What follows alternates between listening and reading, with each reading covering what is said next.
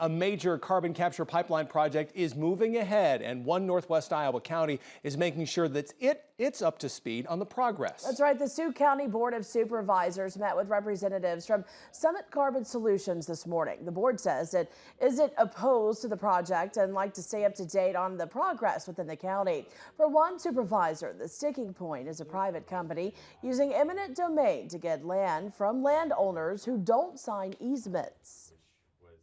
I'm not against the private pipeline. I'm just against the use of eminent domain. And I wish the state and I wish they would realize that we as supervisors know what's happening in our county a lot more than what is happening in Des Moines or around. So it's very critical to us. Local control is what we would like to see happen.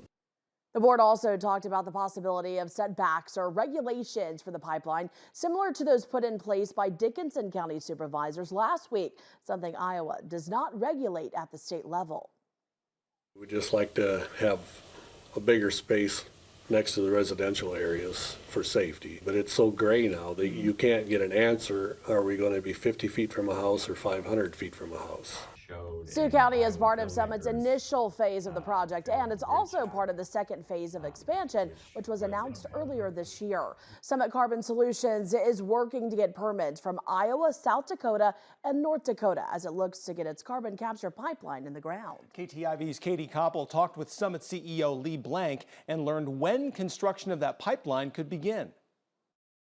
We have partnered with Poet, also with Valero. So there's two additional companies that have joined, major companies that have joined our project. That takes us up to 57 ethanol facilities now that are part of our project. Summit Carbon Solutions is moving ahead on its 5-state carbon capture pipeline. Currently, we're in the permitting stage. We're still in the permitting stage. We do anticipate the Iowa permit soon, or a ruling on that permit soon. The Iowa Utilities Board wrapped up its permit hearings for Phase 1 of the project in November of last year. That ruling is expected soon. Summit will refile for a permit in South Dakota in July. Right now, Summit is going through hearings for a permit in North Dakota, where the sequestration site will be located. Those permits are key for the project to move forward. Lee Blank is the CEO of Summit Carbon Solutions. Again, I come out of ag.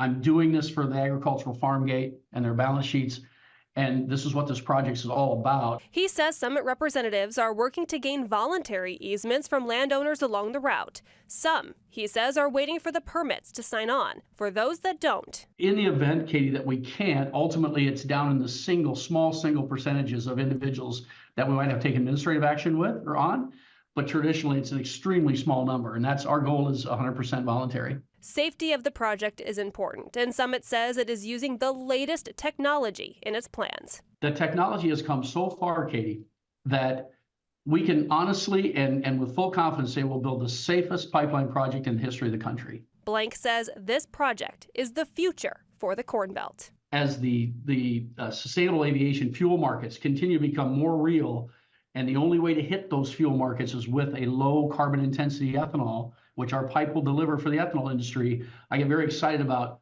what this could mean for the U.S. corn farmer as they become part of the fuel system, the aviation fuel system. And it just would be a great thing for the U.S. farm gate. In Sioux City, Katie Koppel, KTIV News 4. And now a live look